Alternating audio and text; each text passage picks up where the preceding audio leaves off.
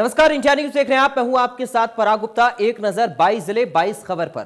पंचकुला में सीएम मनोहर लाल की मौजूदगी में नागरिक अभिनंदन एवं धन्यवाद समारोह में कार्यक्रम हुआ। कार्यक्रम में विशिष्ट अतिथि के तौर पर हरियाणा विधानसभा अध्यक्ष ज्ञानचंद गुप्ता भी पहुंचे। अभिनंदन समारोह में पंचकुला के मेयर कुलभूषण गोयल और सभी 11 गठबंधन के पार्षदों का अभिनंदन किया गया।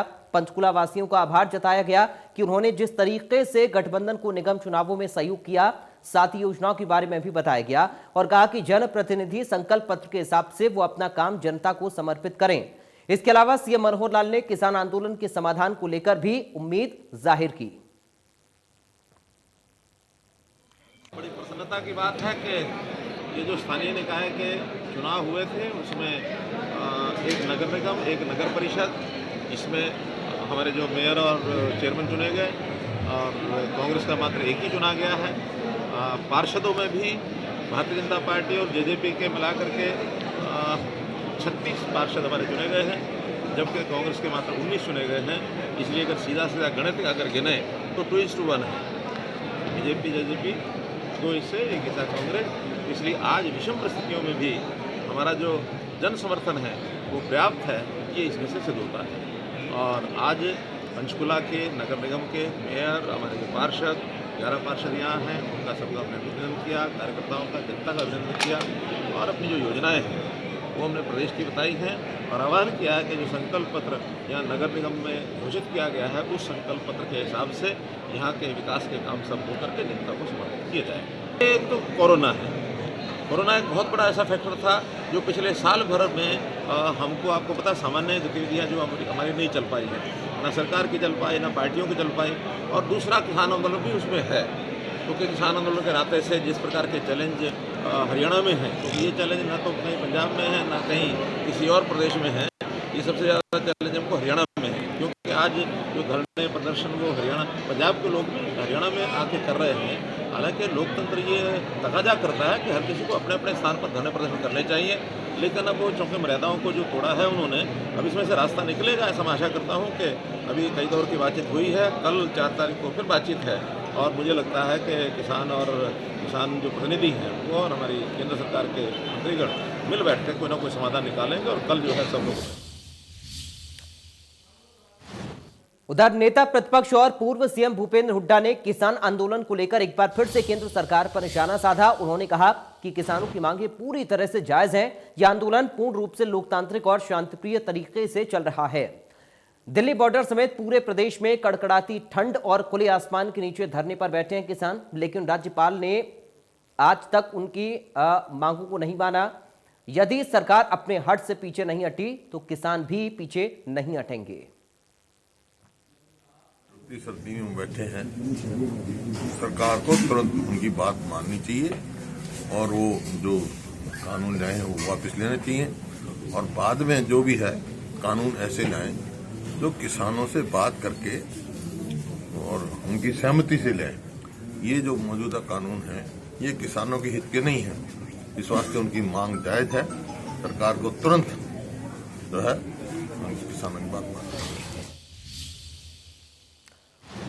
राज्यसभा सांसद दीपेंद्र सिंह हुड्डा इस्लामाबाद के टोल टैक्स गांव सैनी माजरा में किसानों को अपना समर्थन देने पहुंचे। इस दौरान उन्होंने कहा कि सरकार और कितना किसानों का सब्र लेगी। इस कड़कड़ाती ठंड में 50 से भी ज्यादा किसान की मौत हो चुकी है। सरकार को अपना अड़ियल रवैया छोड़ना चाहिए। तो वहीं दीपेंद्र हुड्डा ने कहा कि आज हरियाणा प्रदेश के 2 किसान आंदोलन में दुनिया को छोड़कर जा चुके हैं। अब तक 50 से भी ज्यादा किसान आंदोलन में मौत का शिकार हो चुके हैं, मगर सरकार अभी भी अपने अड़ियल रवैये पर बनी हुई है। की बात है कि संसद पे ताला लगा हुआ है। हुड्डा साहब 31 एमएलओ के साथ गवर्नर से टाइम लेने गए। आप टाइम सेशन बुलाना, हम हरियाणा में सेशन बुलाना चाहते हैं ताकि हरियाणा में सेशन बुलाए आपात सत्र विधानसभा का, जिसमें हम अविश्वास प्रस्ताव लेके आए किसान के मुद्दे पे सरकार के खिलाफ, ताकि पता चले कौन विधायक सरकार के साथ दे रहा है, कौन किसान के साथ खड़ा है। मगर हमने जब ये बात हम लेके आए तो दुख की बात है कि गवर्नर साहब ने टाइम नहीं दिया, मिले ही नहीं, वो ना कोई कारण बताया। वो तो कारण उनसे पूछो क्या सरकार का दबाव था, सत्र ना बुलाते मगर कम से कम राज्यपाल महोदय मिल सकते थे। कहीं ना कहीं इस बात को मैं समझता हूँ कि प्रजातंत्र में आप जो है ना संसद बंद कर दी, आपने विधानसभा बंद कर दी, जो कम से कम राज्यपाल तो मिले, मगर ये कहीं ना कहीं सरकार को इसमें अपना थोड़ा सा लोकतांत्रिक रवैया और अपनाना चाहिए।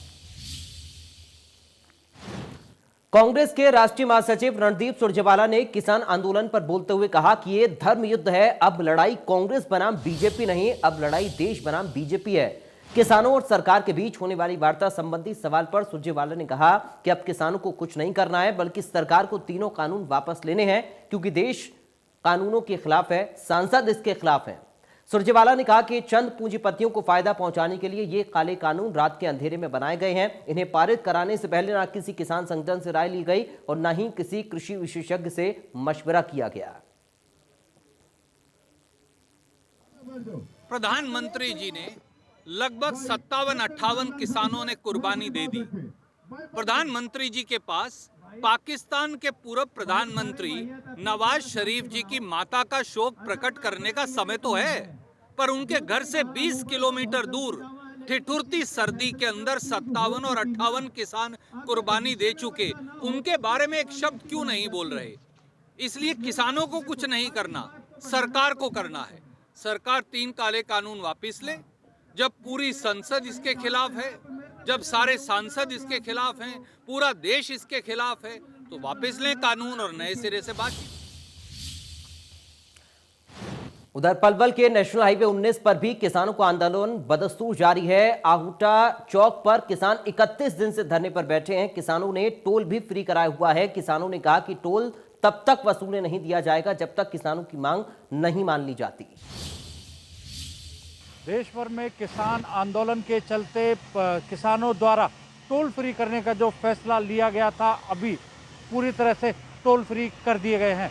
जैसा कि आप देख सकते हैं, हम इस समय खड़े हैं ईस्टर्न पेरिफेरल हाईवे पर, जो कि पलवल से मेरठ गाजियाबाद के लिए जो निकलता है और सीधा कुंडली मानेसर के लिए ये रास्ता यहाँ से जा रहा है। आप जैसा कि देख सकते हैं कि यहाँ पर पूरी तरह से जो ट्रैफिक है स्मूथली निकाला जा रहा है और पूरे जो यहाँ पे केबिन बनाए गए हैं, उन केबिनों में पूरी तरह से यहाँ पर लोगों को भी हटा दिया गया है, ताकि आम लोगों की सुविधा के लिए जो किसानों ने जो तैयारियां की थी कि टोल फ्री करने का जो फैसला लिया गया था, उनको पूरी तरह से साबित करने के लिए और उनको मानने के लिए टोल कर्मचारियों ने उनकी मांगे मानी है।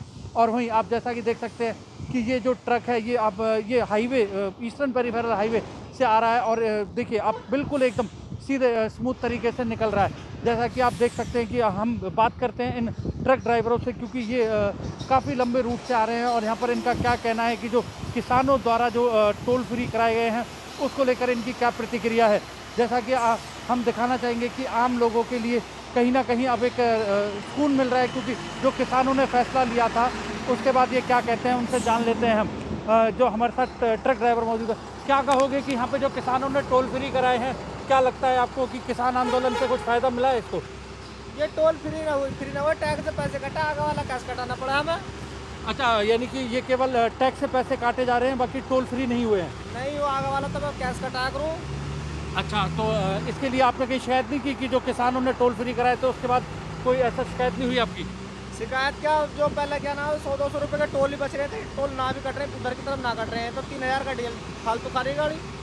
अच्छा, और क्या नाम है, जहाँ 150 किलोमीटर गाड़ी चला, वहाँ 250 किलोमीटर चलानी पड़ रही है। जैसा कि धक्का ही मिल रहे हैं ड्राइवरों को भी और गाड़ी मालिकों को भी और पब्लिक को भी। जैसा कि आपने देखा कि ट्रक ड्राइवर का कहना है कि जो टोल फ्री कराने का जो निर्णय किसानों ने लिया था वो कहीं ना कहीं गलत साबित होता हुआ दिखाई दे रहा है, क्योंकि जो फास्ट टैग से इनके पैसे काटे जा रहे हैं, केवल इनको यहाँ पे ना रोका जा रहा है ना इनको इनसे कुछ पर्ची ली जा रही है, बशर्ते इनका एक ही कहना है कि इन्होंने ईस्टर्न पेरिफेरल हाईवे पर जो वाहन आ रहे हैं उनको यहाँ तो रोका तो नहीं जा रहा है, परंतु उनके फास्टैग के जरिए पैसे काटे जा रहे हैं। और आगे के लिए अगर हम बात करें तो आगे जो KMP शुरू होता है, जहाँ से पलवल से एंट्री करते हैं, तो वहाँ पर ये कैश के पैसे देकर वहाँ से ये कैश में पैसा ले रहे हैं और वहाँ से उनको टोल फ्री नहीं दिया जा रहा है। Nitin Sharma, India news, Palwal. 4 जनवरी को केंद्र के साथ होने वाली किसानों की मीटिंग से पहले भारतीय किसान यूनियन के नेता गुरनाम सिंह चढ़ूनी ने बड़ा बयान दिया है। चढ़ूनी ने कहा कि सरकार के रुख को देखते हुए उन्हें नहीं लगता कि सोमवार को सरकार और किसानों के बीच सहमति बनेगी। ऐसे में किसानों का आंदोलन और लंबा खिंच सकता है। आंदोलन के दौरान गुरनाम चढ़ूनी ने अपने संगठन से लोगों को जोड़ने का अभियान भी शुरू कर दिया है। भारतीय किसान यूनियन चढ़ूनी के नए पदाधिकारियों को आंदोलन के मंच से नियुक्ति दी गई। महिलाएं भी ये एक धर्म युद्ध है, इस धर्म युद्ध में महिलाएं भी आ चुकी हैं, जो कि अपने मोदी साहब ने 3 काले कानून हमारे ऊपर जो है नहीं बिना उसके थोप दिए हैं और बोलते हैं कि हम लोग भ्रमित हैं, जो कि खुद मोदी साहब भ्रमित हैं। कभी नोटबंदी करते हैं, कभी जीएसटी लेके आते हैं और कभी वो कोरोना के नाम पे ये ऐसे काले कानून पास कर दिए जाते हैं। अब जब हमारे राजा को यही नहीं पता हमारे बच्चे भूखे मर रहे हैं या हमारे बच्चों की क्या भलाई है, वो नहीं सोच रहा अपने देश के लिए, तो हमें तो आगे देखो आना पड़ेगा और हम अपने खून का एक कतरा भी बहाने को तैयार हैं। अगर ये भाइयों के साथ हम खड़े हैं, कंधे से कंधा मिला के खड़े हैं और लास्ट तक हम खड़े रहेंगे साथ में। कल की वार्ता से भी कोई संभावना नहीं है। जिस तरह से उनकी फेस रीडिंग है और जिस तरह से वो बात कर रहे हैं, घुमा के वो बयान दे रहे हैं मीडिया में, उससे संभावना नहीं है बात करने। तो आगे फिर क्या रूपरेखा रहेगी? देखिए, रूपरेखा तो अभी तो ऐसे ही आंदोलन चलेगा। कोई उसमें बस 2 प्रोग्राम 3 प्रोग्राम कह लिए मेन से हैं कि एक तो जो 6 तारीख को एक यात्रा निकालनी है ट्रैक्टरों से या परेड की रिहर्सल कह रहे करनी है, और 26 तारीख को दिल्ली में ट्रैक्टरों की परेड करनी है। और जो एनसीआर वाले हैं वो सारे दिल्ली में करेंगे और जो बाहर वाले हैं वो अपने अपने जिलों में करेंगे। कोरोना से बचाव के लिए अपने देश में ही निर्मित कोवैक्सीन को मंजूरी मिल गई है, जिसे लेकर रोहतक पहुंचे हरियाणा के पूर्व मुख्यमंत्री और हरियाणा विधानसभा में प्रतिपक्ष नेता भूपेंद्र सिंह हुड्डा ने कोवैक्सीन बनाने वाले वैज्ञानिकों को सलाम किया। जो वैज्ञानिक हैं, साइंटिस्ट हैं, जिन्होंने दिन रात मेहनत करके वैक्सीन करी है, उनको मेरा सलाम और उनको मैं सम्मान से वो करता हूँ। बहुत मेहनत से बना है और मेरे को भरोसा है कि लोगों को जो है बहुत इसका लाभ होगा। कैथल पहुंचे कांग्रेस से राज्यसभा सांसद दीपेंद्र हुड्डा ने कहा कि इस समय एसवाईएल का मुद्दा उठाने का कोई औचित्य नहीं है। 4 साल पहले एसवाईएल पर फैसला आ चुका था, तब ये बीजेपी ने मुद्दा क्यों नहीं उठाया? अब बीजेपी की सरकार केंद्र में भी है, नहर खुदवानी है तो काम पूरा क्यों नहीं करते?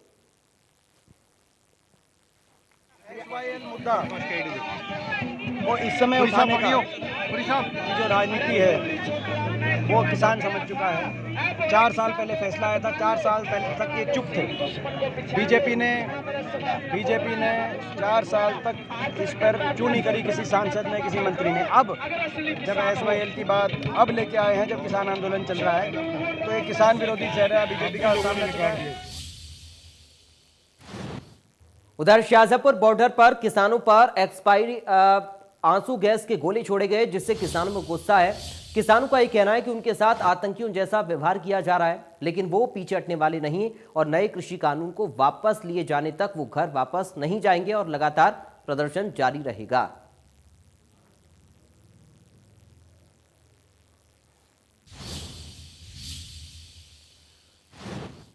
उधर हरियाणा विद्यालय शिक्षा बोर्ड के हाईटेक कंट्रोल रूम में सीसीटीवी कैमरों की मदद से अनियमितता सामने आई है। कई परीक्षार्थी नकल करते हुए पाए गए। अनियमितताएं बरतने पर 3 परीक्षा केंद्रों के 3 परीक्षकों से जवाब तलब होगा। गलती साबित होने पर विभागीय कार्रवाई होगी। हालांकि परीक्षा का रिजल्ट इसी महीने में जारी किया जाएगा।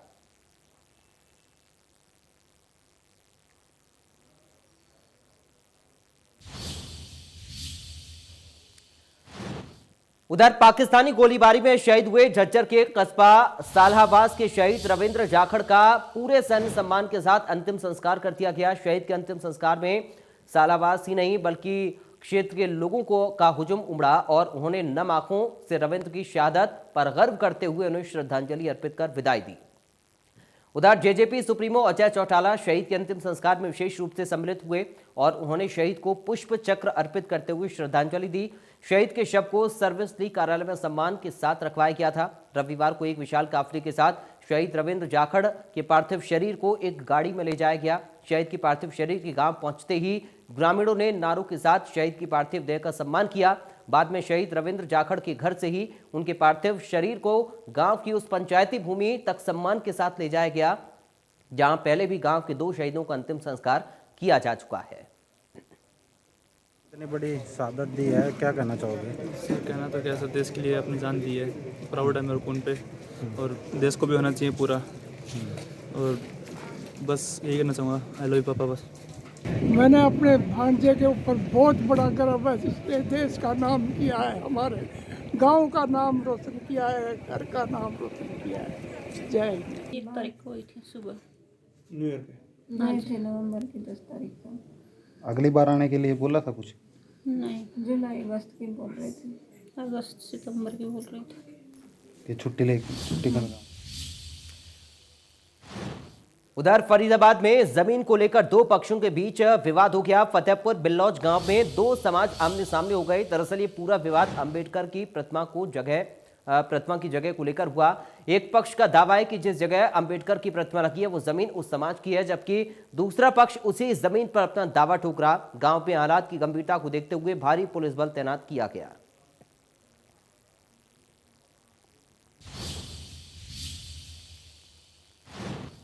हरियाणा की जेलों में बंद कैदी अब आरजे बनेंगे, क्योंकि साल 2021 की शुरुआत में प्रदेश की जेलों में बंद कैदियों के लिए एक बड़ा तोहफा भेजा गया है। इसके अंतर्गत प्रदेश के अंबाला सेंट्रल जेल, पानीपत और फरीदाबाद जेल में कैदी बंदियों के लिए जेल के अंदर रेडियो स्टेशन खोले जाने का फैसला जेल विभाग ने लिया है। बता देंगे, रेडियो स्टेशन का संचालन खुद कैदी करेंगे। अंबाला सेंट्रल जेल के सुपरिंटेंडेंट लखबीर सिंह बराड़ ने बताया कि डीजीपी जेल के दिशा निर्देश के तहत और एनजीओ के सहयोग से कैदियों को सुधारने और जेल से बाहर निकलने के बाद पेशेवर व्यवसाय से जुड़ने के लिए पहले चरण में हरियाणा की 3 जेलों में तिनका रेडियो स्टेशन खोले जाएंगे, जिनका संचालन खुद कैदी करेंगे। तो किसी काम में बिजी रखने के कारण एक रेडियो की शुरुआत की जाए, जिससे वो अपने भाव व्यक्त कर सकें और दूसरे लोगों के साथ जुड़ सकें और बाहर जाकर उनको एक पेशावर अंदाज में, पेशवराना अंदाज में लोगों के सामने पेश भी हो सके और उसको अपना काम के जरिए बिजी रह सकें, ताकि वो जो उनका बार बार जेल में आने का सिलसिला उसको कहीं ना कहीं ख़त्म किया जा सके।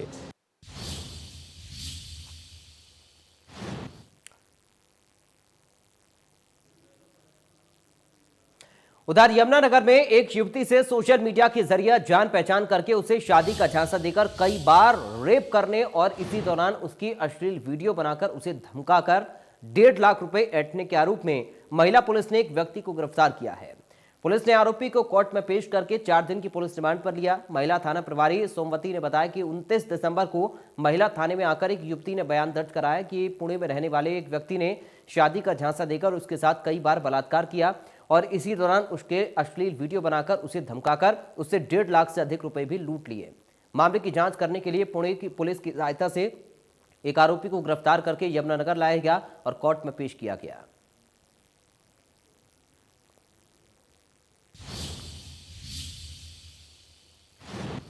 उधर सिरसा के गांव बेगू स्थित डेरा बाबा बुम्मड़ शाह में निशान साहिब स्थापित करते हुए बैलेंस बिगड़ गया। निशान साहिब 11,000 वोल्टेज की तारों से टकराया।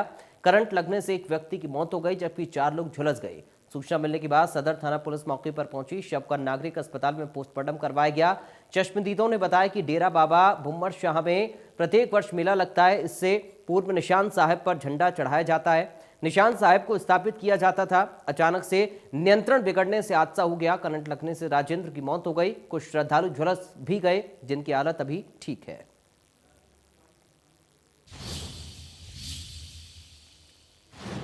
उधर नूंह जिले में बरसात ने किसानों के चेहरों पर रौनक लाने का काम किया है। सरसों, गेहूं की फसल के अलावा दलहन की फसलों को भी इस बरसात से अच्छा खासा लाभ हुआ है। सबसे अधिक लाभ उन किसानों को हुआ है जिनके पास प्यासी धरती को सिंचाई करने के लिए पानी का कोई इंतजाम नहीं था।